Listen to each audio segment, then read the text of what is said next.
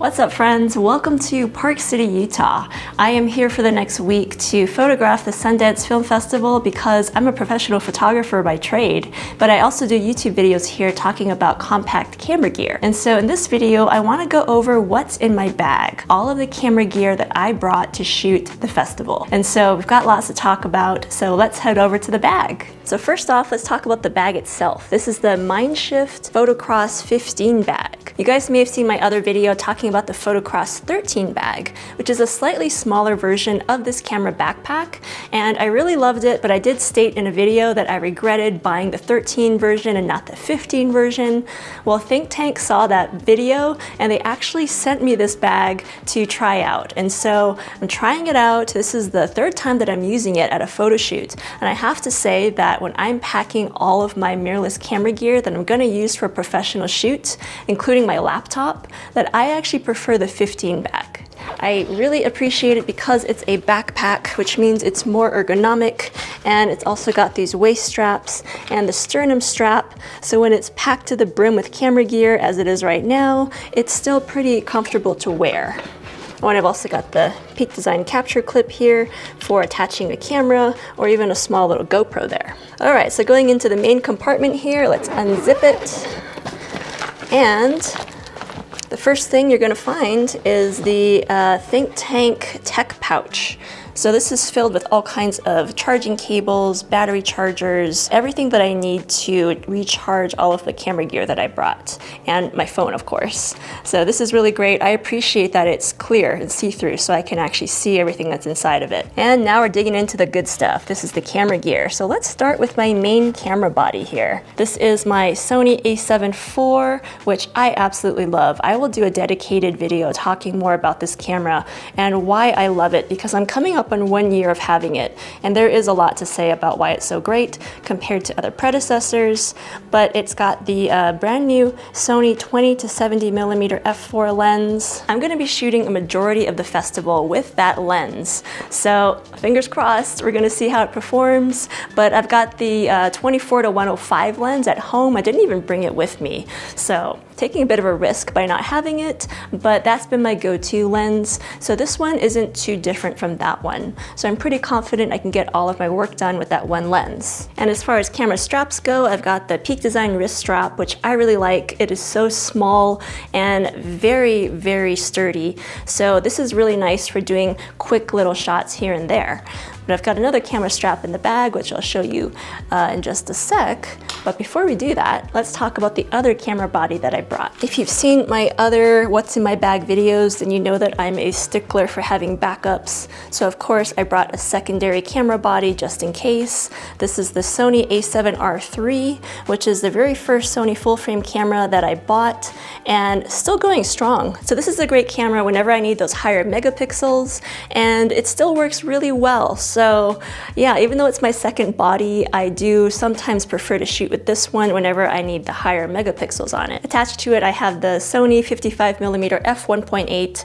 I prefer the 50, or I guess in this case 55mm focal range. It's the one that I use the most whenever I'm shooting events. So I often have this lens on my cameras, whether it's this one or the a7 IV, and I love it for the size. Like, look at how small and compact this overall camera is. And you know, f1.8 is more than enough. I shoot a lot with this lens, not just events. And the other accessory that I have attached to both cameras, besides the Peak Design connection point here, is a little bracket. So this is not quite an L bracket, it's like a bottom bracket. I don't remember the exact name for it, but I like them because they protect the bottom of the camera, which always seems to get scratched up the more you use it. And it also has an Arca Swiss plate built in, so I can easily pop this on a tripod. The bracket does add just a little bit of weight, but I don't mind. It actually also extends the whole grip here, so I have a little bit of extra room to wrap my pinky around the bottom of the camera. So I really recommend getting an accessory like this for your cameras. Whenever I travel, I like to bring entertainment with me, which is usually my iPhone and my streaming service of choice, which lately has been Peacock because I'm obsessed with the show Yellowstone. But there's nothing worse than watching your favorite show on a tiny screen. This is where today's sponsor comes into play. JektorPro is a wireless transmitter receiver that acts like a wireless HDMI cable with zero latency and no Wi-Fi required. You connect one unit to the device that has your streaming media like phone or laptop, and the other connects to a TV, computer monitor, or projector screen. And voila! Thanks to the millimeter wave technology within JektorPro, I can watch my favorite show in 4K or 1080p HD without needing a smart TV or a streaming device plugged into the TV or monitor. I can even take my phone as far away as 25 meters from the other device and put obstructions between us, and there won't be a disruption. Best of all, the whole kit fits inside of the included carrying case and is ultra portable. If you're interested in JektorPro, then check out the crowdfunding link in the description below. Thanks JektorPro for sponsoring this video, and with that, let's see what else is inside of my camera bag. And the other lens I have in here is my big guy. This is the Sony 70-200 f2.8 lens. This is version 1. I have been dying to upgrade this lens to version 2, but I can't quite justify the price, especially since I bought this lens brand new less than a year before the version 2 came out, and so yeah, one day I'll upgrade, but for now, I have to bring this guy to events in particular because you just never know what kind of event it's gonna be, and if you ever have a speaker on stage or you're shooting a performer, you almost definitely need a telephoto lens like this. And this lens is also really great for portraits. So, you know, I don't use it as much as I used to, but whenever I'm doing events, I have to bring it. Otherwise, I always end up regretting not having this lens with me. And the last piece of camera gear that we have in here is a flash, the Godox V860 3S. Basically, whenever I'm shooting events, I primarily am shooting posed photos of people, and they're usually in pretty dark areas, and so in that case, I absolutely need flash. Sometimes I can get away with having, you know, an f1.8 or f2.8 lens, but for this particular client that I'm working for, they really prefer flash. So I've got this flash as the primary one that I'm going to use with the A7 IV, but as always, I brought a backup. I've got the Godox. This one doesn't even have the name on it. This is the round head flash. I'll leave the name below, but I use this as a backup flash and also use it on the second camera body in case I have to have two camera bodies on me at the same time. So that's all the main camera gear that I had in the bag, but over here is a laptop sleeve. So I've got my 15-inch MacBook Pro. Hint, hint, that computer is actually going to be upgraded very, very soon. Of course, I will be doing videos about it, so stay tuned to hear about it because I've had this laptop for almost 10 years now, and although it is still going strong, I am ready for an upgrade. But the 15-inch version fits really well inside of this bag. It did not fit at all inside of the 13 version of the Photocross bag. And over here, we've got some room for some small goodies. There's some hand sanitizer, some Kleenex, kind of things like that, just in case. And then in front, we actually have another zippered pocket up front, and here's where I'm going to talk about the other camera strap that I have. This is the Black Rapid R strap. If you guys have not heard of this, this is one of the most ergonomic ways to carry your cameras. I've been shooting professional photography for over 10 years, and basically since my second year of photography, I've been using R straps. And so these are so great. These will save your neck and your shoulders, so definitely worth the investment to get at least one. I actually have two. I have a double version of this strap, which is actually upstairs in my suitcase. I put it in the carry-on, but I use the double version in case I need to roll with the two camera bodies. And in that case, I would have on one camera, I'd have the 20-70 to cover my wide to mid-range, and then at the other camera body, I would have the 70-200.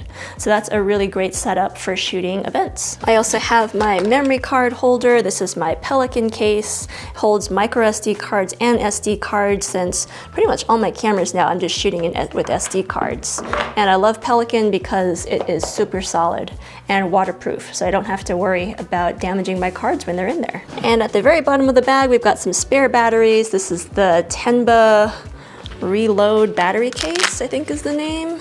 Yep, Tenba Reload Battery 2. It perfectly holds 2 of my spare Z batteries. So basically, I only have 4 batteries for my Sony cameras. And if I'm just shooting photography, like that's more than enough to get me through more or less a full day of shooting. Oh, and one last very, very, very important piece of gear inside of the bag is my flash modifier.